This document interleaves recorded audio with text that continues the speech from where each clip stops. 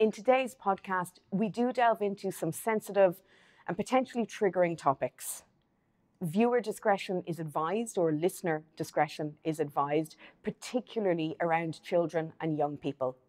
And if you or anybody you know is suffering with mental health challenges, we strongly encourage you to seek professional support. Welcome to the Working on Wellbeing podcast by the World Wellbeing Movement, the podcast that allows you to be a fly on the wall during conversations with the world's leading wellbeing experts. I'm your host, Sarah Cunningham, and in today's episode, we'll hear from someone who has pivoted their career from being a successful lecturer in physical activity, health and well-being to becoming a politician. And they've recently launched a report with the Fabian Society, which makes recommendations for putting well-being first. But before we introduce today's guest, I'd first like to say a word of thanks to our season sponsor, S&P Global. The world's leading organisations rely on S&P Global for the essential intelligence they need to make confident decisions. S&P Global, powering global markets.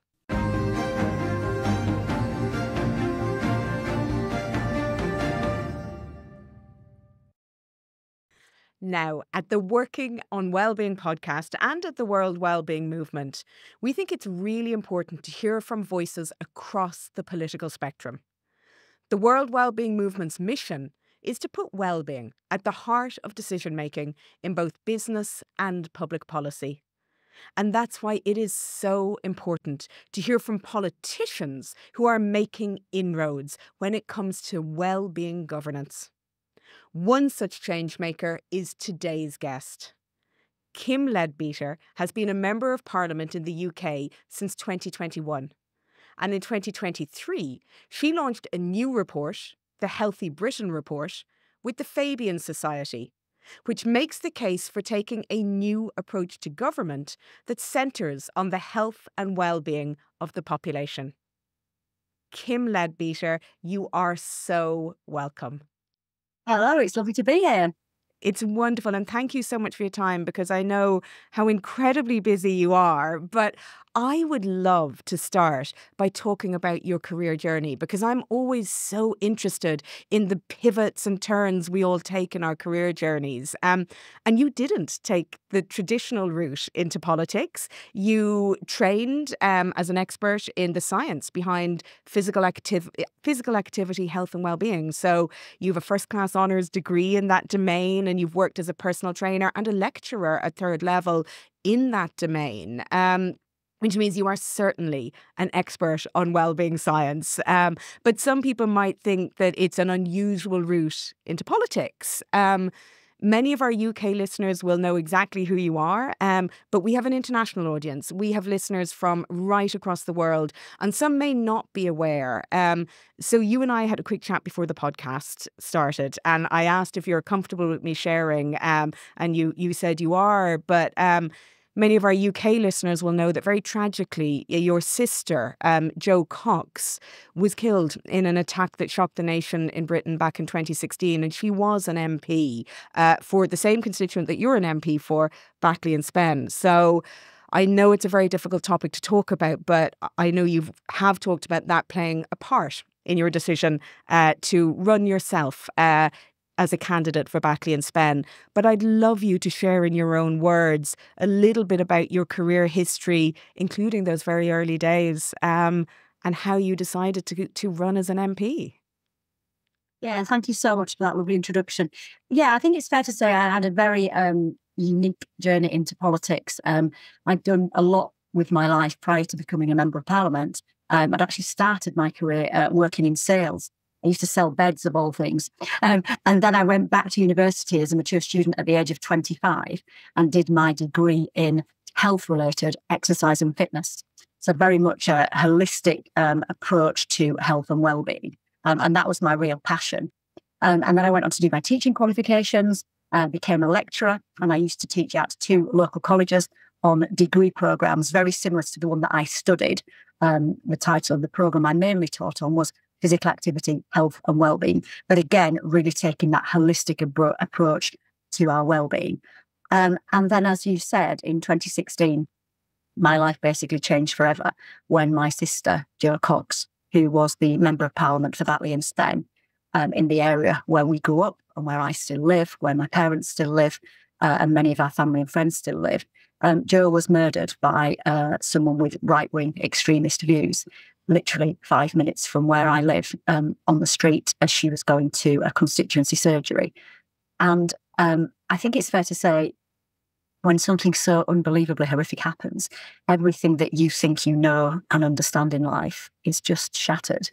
And from that day, life just changed forever. After she was killed, we were very clear that we wanted to create a positive legacy for Jo. We wanted to focus on the way that she lived her life rather than the way that she died. And Jo was just the most wonderful person you could hope to meet. She was very much a people person like me. She'd got a real sense of social justice and fairness and equality. And she'd worked in charities around the world. And then she'd come back to where we were born and brought up to be our Member of Parliament. So we created a legacy for Jo through the Jo Cox Foundation, where we picked up a lot of the work that she'd started, internationally, nationally and locally. And I did that for 5 years, working for the foundation. And then in 2021, the lady that had taken over from Jo as the Member of Parliament went on to be the Mayor of West Yorkshire, and the seat became available. And I was very clear, to be honest, I didn't want to get involved in politics. It wasn't my thing. It wasn't my background. But I'd also seen the way that Jo did the job. And actually, politics, like everything else that I'd done with my life up to that point, is about people. And if it isn't, then it should be. And a number of people said to me, why don't you go for it? You'd be really good. And I was adamant, no, it's not for me. But actually, I spoke to my parents, I spoke to Jo's children, and they said, Auntie Kim, we think you'd be a really good MP and we think you should go for it. So I went for it. Long story short, quite a toxic by-election campaign where people came in from outside the area to try and cause trouble within our communities. But I won the seat and have been a Member of Parliament ever since. So a very big departure. But what I've tried to do in this job is channel some of the previous experiences that I've had in life, including my passion for physical activity and health and well-being, into this job and looking at how we can create a political framework for that agenda. So it's been a mixed career to date, but I'm still here and I'm working as hard as I possibly can to make a change and to make a difference to the lives of people in my constituency and beyond as well. Well, Kim, you're an absolute inspiration. And I know that your words of bravery, of courage, of, just wanting to make a positive impact on society will inspire so many of our listeners today. I am a huge believer in the importance of diversity, equity, inclusion and belonging in all fields. And I always say that when it comes to the workplace, actually, if we all come from the same background, we're all going to come up with the same ideas, and far more worryingly, we're all going to make the same mistakes. And of course, it's the exact same in politics. So for me, it's really refreshing that you come from a slightly different background to maybe the traditional trajectory that a politician would take. Do you feel that that has equipped you with new and different skill sets that you bring to the role? I do. I mean, I think politics needs, as you say, a wide variety of people from a wide variety of different backgrounds. And sometimes that can be a little bit scary because I think I'm not really a politician. But actually, what I've brought to this job, I hope, is a wealth of life experience. And it means that I can relate to people in probably a slightly different way from someone who has maybe just always worked in politics. And I think you need those people as well.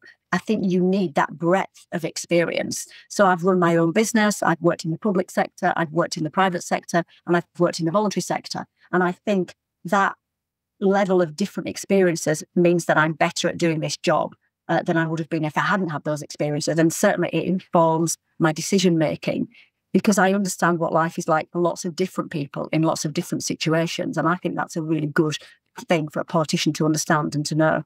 Yeah, I couldn't agree more. And it really struck me when you said that politics is about people. And it is. And what we need is politicians who understand people. One of the things that really strikes me about you is you bring this incredible wealth of knowledge and background in the science behind health and well-being to your role. And you are one of a growing number of well-being oriented politicians across the world. You've got counterparts who are well-being oriented politicians in Finland, in Iceland, in New Zealand, in Canada, in Australia, in Ireland. And it's wonderful to see. But I'd love to hear in your words, why is it so important that politicians take a well-being first approach? I think if we get the health and well-being as a country in a good place, everything else follows. If we've got happy, healthy individuals, we have happy, healthy communities, and we have happy, healthy society and a happy, healthy country. So it's a building block for everything else as far as I'm concerned. And that has to be done holistically. So we have to talk about physical health and well-being, mental health and well-being, and for me, social health and well-being. And there are other strands to that as well, financial, spiritual. There's other ways of looking at it. But I think for me, those are the big three. So if you've got human beings who feel physically strong and well, mentally strong and well, and are socially connected, I think everything else comes from there. And the impact on the economy, if you've got communities like that, is obviously far more positive. The impact on our things like cohesion and people, as we've said before, from different backgrounds working together is massive. So there's so many things that stem from that strong foundation. And that is everything that I really believe in. But that does need, as you've alluded to, political leadership, because we assess everything through the financial lens. Of course we do. We're starting to assess everything, thankfully, from an environmental lens and perspective. But I think we also need to assess our politics through the well-being of our citizens and of society. So for me, it's a really important pillar that should underpin political choice and political decisions.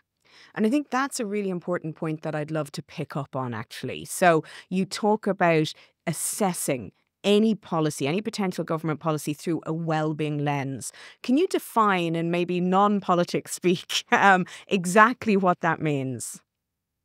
Yeah, so I produced a report called Healthy Britain, which you mentioned earlier on, and it's really looking at how we can embed health and well-being in the heart of all government decisions and government policies. And that has to be done on a cross-departmental basis. So we talk about the Department for Health, whatever that looks like in whichever country. But actually, our departments for health have become more about patching people up and getting people better once they've been sick or ill. And I think we need to start looking at how we can have government policies that take a much more preventative approach and stop people getting sick and ill in the first place. So a big part of what I believe in is prevention and early intervention. And that can take many forms. It might be something which seems quite clear and simple, like investing properly in grassroots sports and facilities in communities to get people to be physically active. But it might be something which you might not necessarily automatically think of, like how we design our housing. Do we create housing and also transport that enables people to be healthy and make the better choices for them? So have we got houses where people can interact with each other, so they're getting the social connection that we need as human beings? Or are we creating huge big tower blocks where people might end up being socially isolated? What are we doing in terms of travel and transport? Have people got good public transport where they can get a bus easily to maybe the sports club or the health facility, or even just into the town centre? Or have we got active travel policies where we can get people walking more or riding their bikes more? So it has to be embedded at the heart of every department. And also in terms of something like, home affairs, have we got policies where we can get young people to be taking a healthy role in society rather than being drawn towards antisocial behaviour or crime? And again, part of that is providing them opportunities to be active. And again, I often defer to sport because it's my background, but, giving access to cricket teams, football teams, rugby, hockey, whatever it might be, so that they're not drawn into just hanging around and potentially getting involved in bad behaviours. So it's that cross-department approach that I think government has to take a leadership role on. And then also a cross-sector approach. So we've got the private sector, the public sector and the voluntary sector working together. Because we have in the UK and around the world many voluntary groups and organisations who are in essence, sometimes propping up society and propping up our communities, but nobody's getting paid for any of that stuff. They're doing it for the love of volunteering and making an impact. But actually, we need to support them properly through the public sector, working with local authorities and working with devolved government and also nationally, but also then bringing the private sector in for the expertise that they can provide. And also every single business, I would assume, wants a happy and healthy workforce. So they can be an important part of the equation as well. So I think it's that really joined up approach that needs to be taken to ensure that we've got happy, healthy, well citizens. I mean, this is all so important. And as you were talking, I was reflecting on a statistic from Gallup. So at a global level, they estimate that about 15% of people are actively suffering from mental health challenges at any one time. Perhaps even more worrying, 56% of people are struggling. So they are at risk of tipping over into that suffering space. So as you say, it's so important that all of the support structures are there to support those people who are actively suffering. But it's also imperative that preventative measures are in place to prevent more people from tipping over into that suffering space. I was also really struck when you were talking about all of the different factors that drive our well-being. And I've read, obviously, the Healthy Britain report, and it has recommendations that are applicable to every government of every country across the world. And there's a wonderful diagram on page 6, which if people are watching this on YouTube, I shall ask for that to be brought up on the screen. But it has all of those drivers that you mentioned: our work, housing, public transport, social connections, family life, all of those different factors. And there are so many that drive our well-being. And what I love about your report is that it provides actionable policies that could be rolled out. And you've provided some already. But I do want to dig into something that you said, which is taking a cross-departmental approach, because those of us who don't work in politics may not be as close to that. I've in the past said, oh, we need a minister for well-being, a department for well-being. But you're saying, actually, no, that's not what's needed. Every single department needs to have some ownership. Can you talk more about that, please? Yeah, definitely. That was the conclusion I came to by doing the research for the report. Because again, instinctively, I thought, let's have a separate wellbeing department. But actually, the danger with that is that you create another silo and it becomes one department's responsibility. And actually, I think this is everybody's responsibility. And that's why I took the decision to recommend that this piece of work sits within the Treasury, actually, and every department has to look at the policies that it puts in place in terms of health and well-being, because ultimately the Treasury is where the money is. That's where the purse strings are. But actually, I don't think this is about throwing money at something either. It is about a different mindset and a different approach. But again, the danger is if you put that into one department, other people think, well, they're doing that, so we don't have to worry about it. And I don't think that's the best way of doing this. So it's basically having the Treasury sort of leading on this, but then looking at how every department is implementing health and wellbeing policy and health and wellbeing strategy. And that's the conclusion that I came to. So I think that's really important. Going back to what you said earlier on about mental health, I mean, ultimately, in the UK at the moment, we have got a mental health crisis and the system is broken. And again, that's where the prevention and early intervention work is really important. Again, that has to be done on a cross-departmental basis. If somebody hasn't got decent housing, if somebody hasn't got financial security, then they are vulnerable to having mental health problems. And so you've got to embed the infrastructure of their life across all departments to prevent them having a crisis. Because at the moment, all our system in the UK does is help people when they're at crisis point. We want to stop people getting to crisis point. And we have to look at the levers that we've got within politics and within society to focus on that prevention and early intervention rather than crisis point. So I think that joined up approach is really, really important. And again, if someone can't afford to pay their bills or feed their children, the last thing they're going to be thinking about is, oh, maybe I'll go out for a jog. So you've got to get the basics in line first of all. And that's why it has to be done, I think, across every government department. And I think this is such an important lesson. It's an important lesson for governments right across the world, but actually these lessons are equally applicable in the corporate world as well. When I look at far too often in the corporate world, there might be a head of well-being, but actually it's sort of siloed and wellbeing benefits are not sort of aligning with company culture. And you talk, of course, about how so many factors impact our well-being. And I think a lot of people struggle with the term well-being and what do we mean by that. Now, we had Professor Lord Richard Layard on a previous podcast episode, who I know you know well, and he gave us the scientific definition because, of course, well-being is a science. But one of the things which I feel is so important is to stop myopically focusing on things that we associate with well-being. Like you say, going for a jog, yes, that's important. It's really important that we take care of our physical and mental health. But there are all of these other drivers as well. For instance, unemployment. We know that sadly, people who are struggling with unemployment are more susceptible to mental health challenges. Sadly, people who are struggling with poor housing, access to housing, all of these things you talk about. I asked Lord Richard Layard a question, and I'm going to ask you the same question. And this is sort of taking a global approach. But if every country was to take this approach of putting well-being first, taking a cross-departmental approach, what do you think are the 3 key policy changes that would fall out of that? Gosh, that is a tough list to get it down to 3.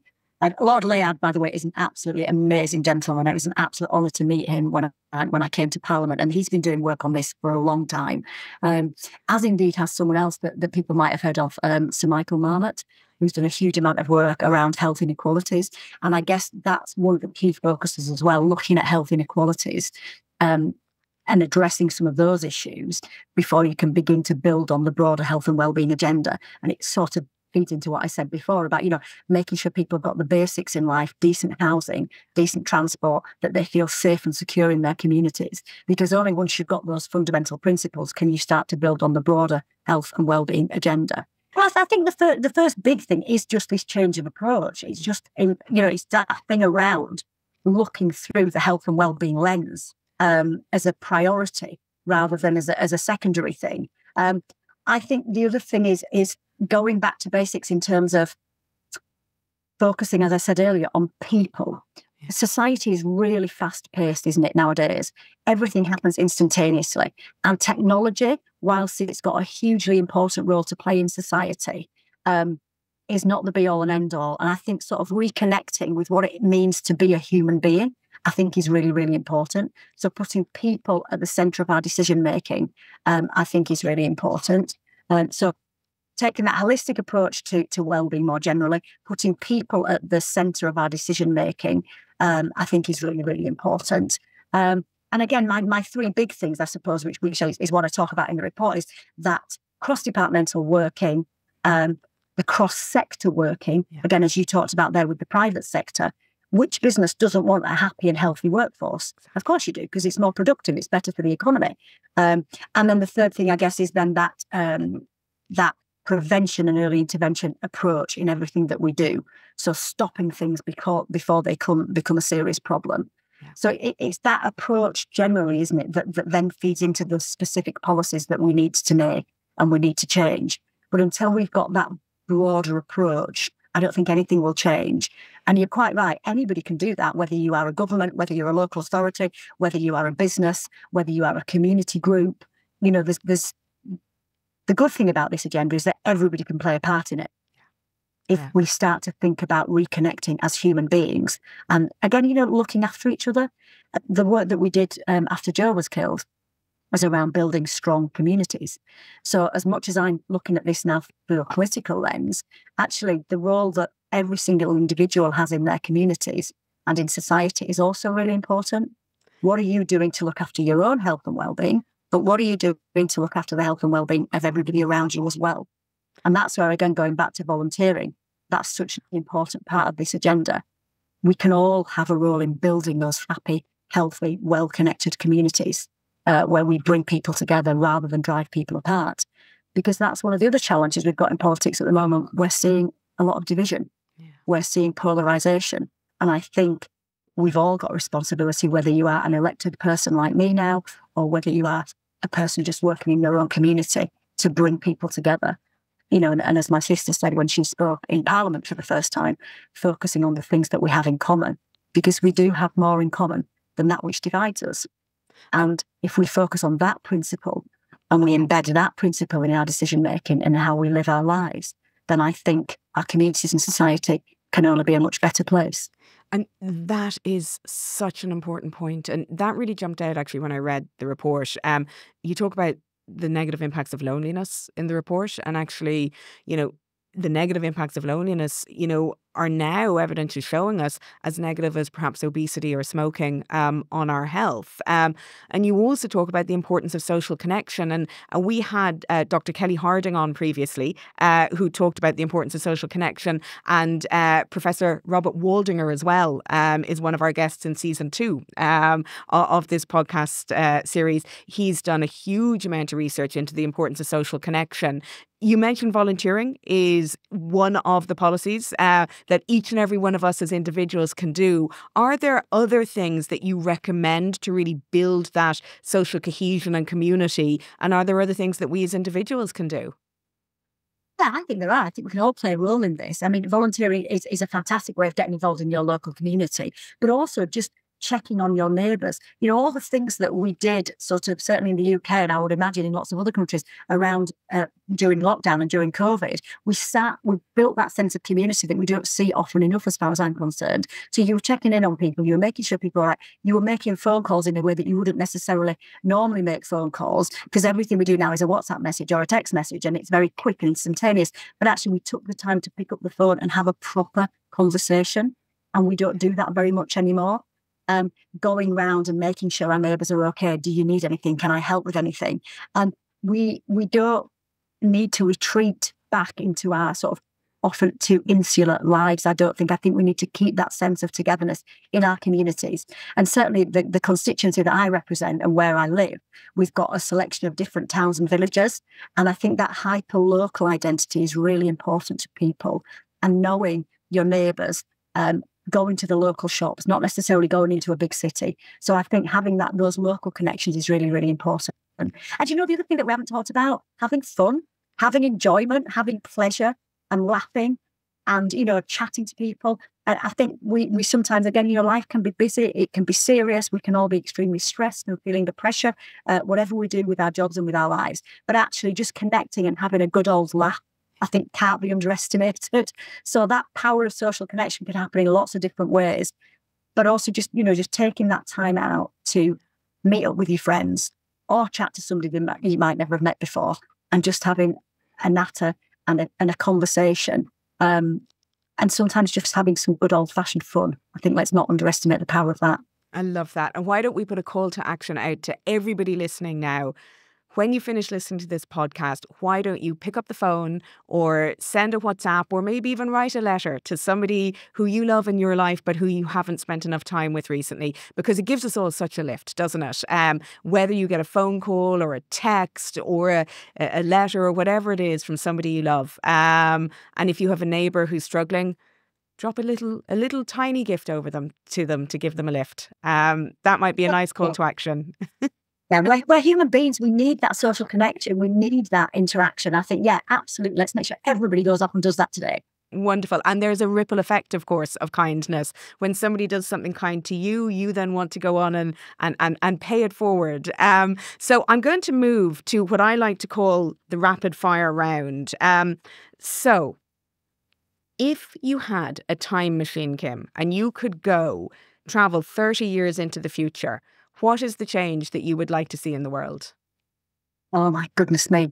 I would like us to have gone a bit more back to basics in terms of how we treat each other. That human connection that we've talked about, people focusing on people, not on technology, and just that really important sense of togetherness and community. And just, stripping back to basics a little bit. I actually went travelling 10 years ago to New Zealand, and some of the areas in New Zealand where you are just so close to nature and you're away from the hustle and bustle. And we have it in lots of countries, of course, don't we, as well? But New Zealand, it really struck me.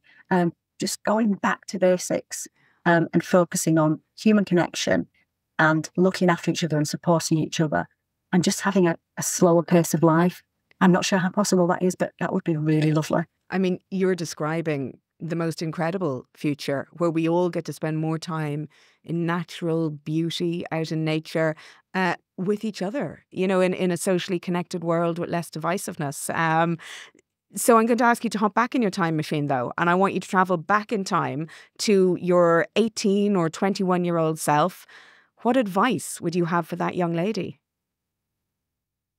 Gosh, I think the thing is, be true to your principles and get to know what your values are and then stick to those values. And I think I have done that actually, hopefully, throughout my life, but also never lose sight of what's really important. You know, I've made different choices at different times in my life, but I've always tried to go with what I think is the right thing to do. And I think hopefully I've got that right most of the time. Don't lose sight of what's important in life in terms of, again, going back to the people side of it. You know, people are important. Possessions and money, yes, we need those things, but actually really staying grounded in you know, people and human beings and the difference that you can make in society. So looking outward and not looking inward. And I think, yeah, some of those really simple principles. And also just, you know, I go back to our childhood quite a lot. I talk about the way that Joe and I were brought up. And I think treating everybody with respect, treating everybody with compassion, listening to people, understanding different perspectives and viewpoints. So just keeping all that at the heart of how you go about living your life, I think is really, really important. So you talked about having fun earlier.